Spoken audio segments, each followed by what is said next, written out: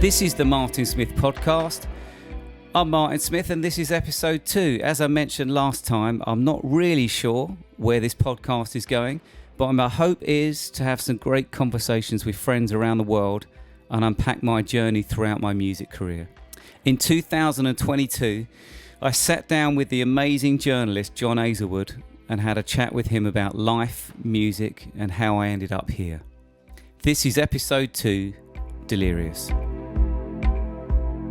Did you enjoy being big? Because you're coming to being big with a different baggage to other people. Everyone, of course, has got their baggage who sells a lot of records. But you were coming from that faith-based market and community. And yet, it sounds terribly cliched, but it's almost a Daniel in the Lion's Den situation, that you've still got to try and retain your values in this crazy, artistic, unusual, not particularly spiritual world. Yeah. How did that affect you personally? That's a great question. I mean, we definitely felt sometimes like imposters. You know, like we're in another world, in another land that we don't really belong to, and yet we felt called to it. Felt that we had a message of hope, that for someone out there that might work for them, that we might be bringing something that just might be a crumb of comfort to someone.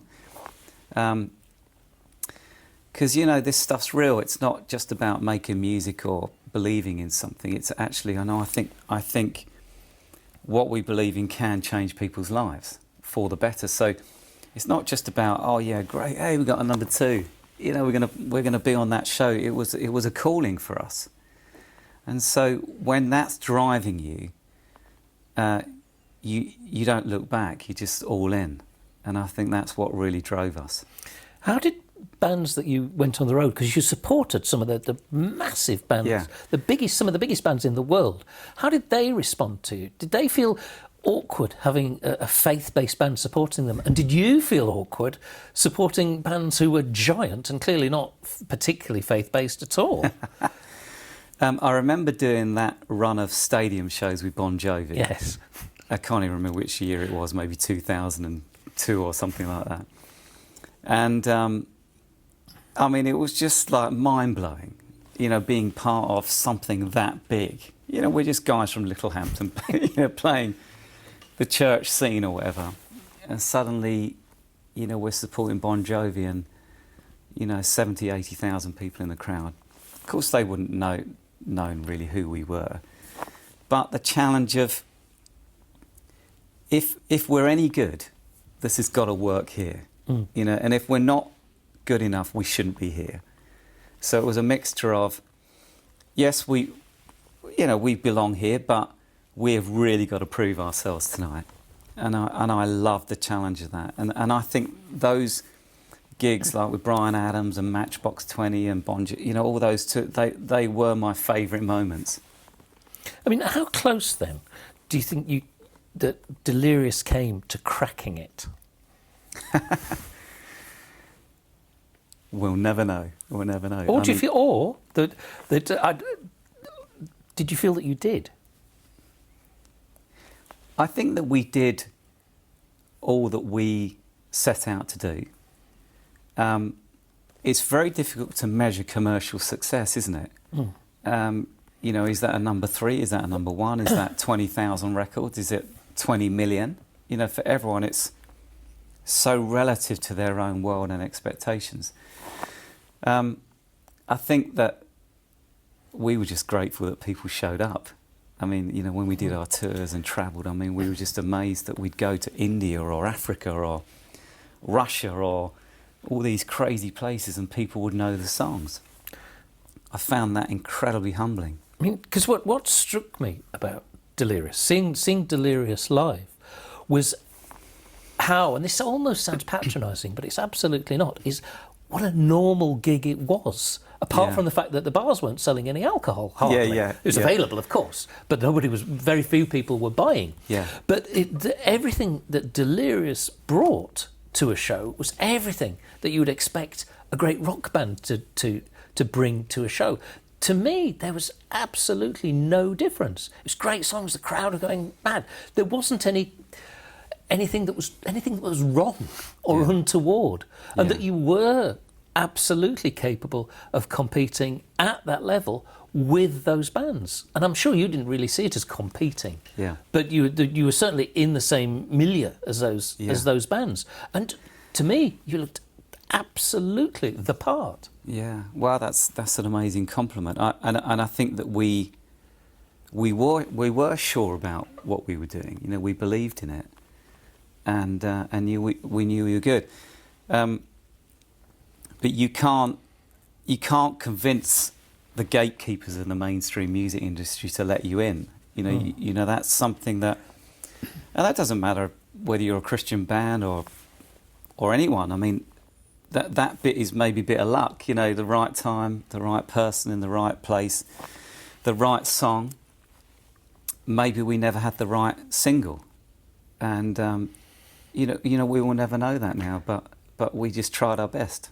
Do you think, like a latter-day Sam Cooke, you were ever tempted to stop the Christian stuff and make it a complete secular album as a view to sort of pushing yourselves into the mainstream? Did you ever? Did that ever? And I think this is the right word. Did that ever tempt you? Well, I don't think that would have even been a wrong thing for us, or call it a temptation. I just don't think it would have been us. I think we just might have looked stupid trying to make that record when, you know, when for the last 10 years we were singing about what we believed in, and to suddenly sort of now we're singing about falling out with your girlfriend or whatever. What just wouldn't have been me, you know, like, and also, you know, we were all married with kids. You know, you can't sort of go down that road of, you know, heartbreak and, like, you know, selling another product when actually we were doing our life, we were all right, you know. Yeah, because your baby hadn't left you.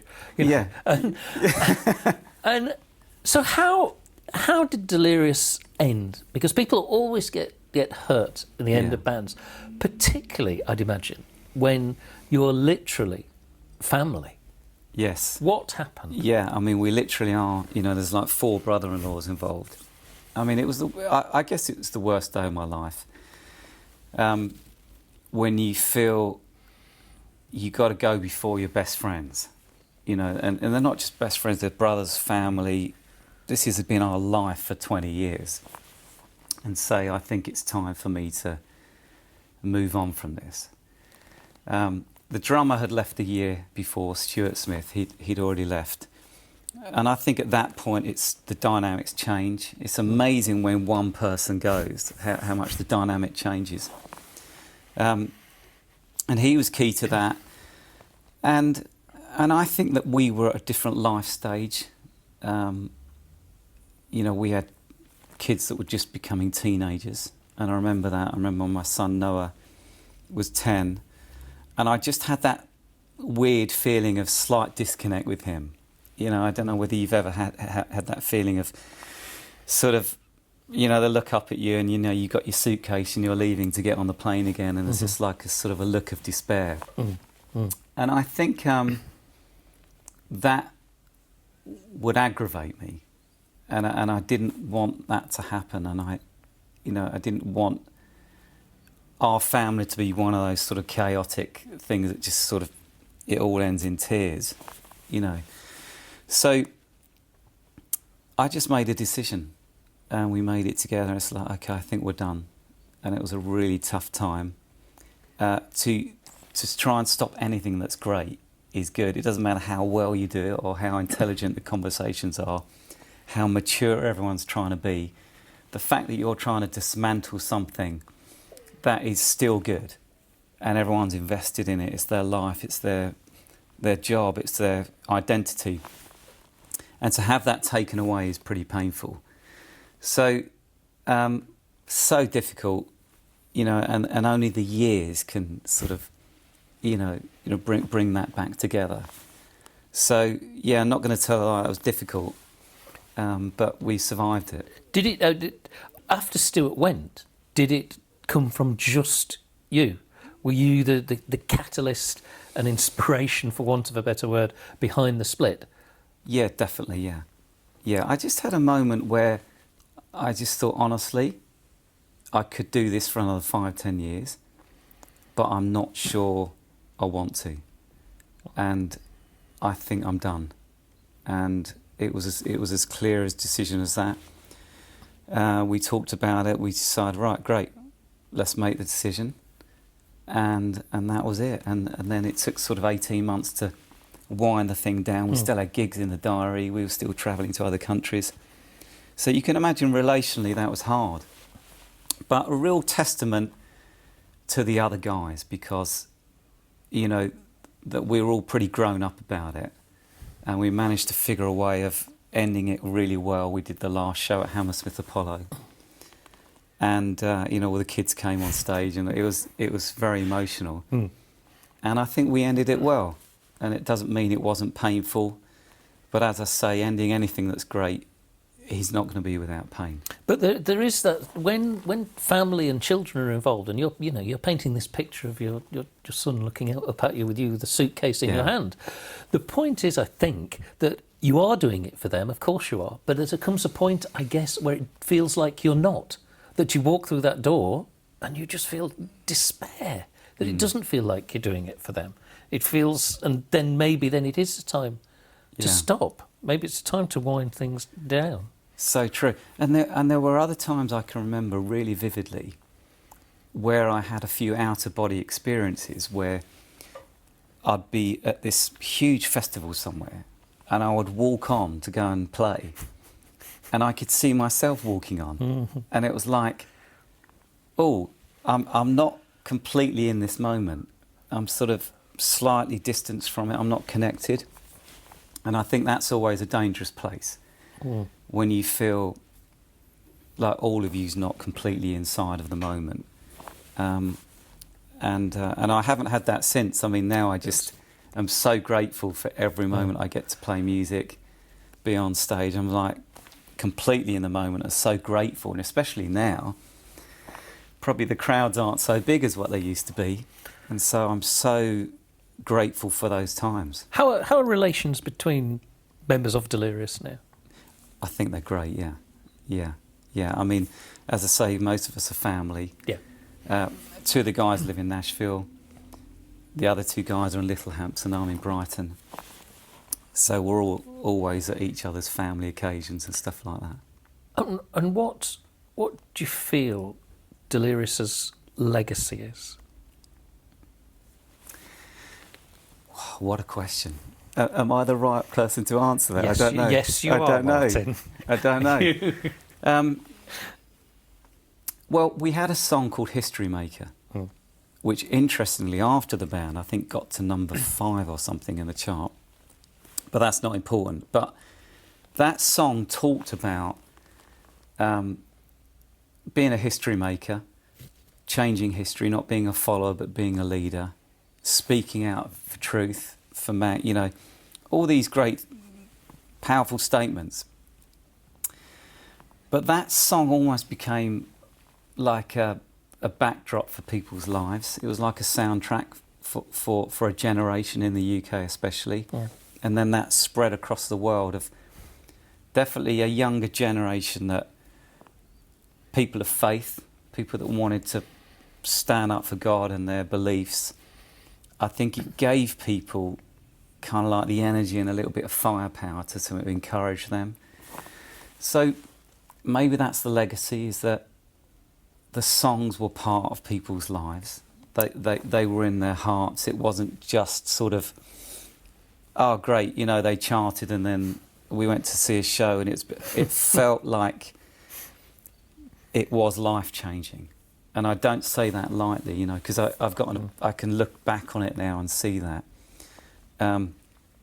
Even now, people, you know, I'll meet from around the world, and it's like, that song got me through this time, and I find that incredible, mind-boggling. Finally, on Delirious, will they ever reform? Do you know what? I don't think there's any reason why we couldn't, actually. I think we'd still be able to play just about. Still be able to remember the words. So maybe at the right time. I don't know. I mean, it was 12 years ago now that we finished, and a lot's happened in that time. You know, we're having grandkids now. You know, so we're in a different season. However, I'd still like to hang out for that.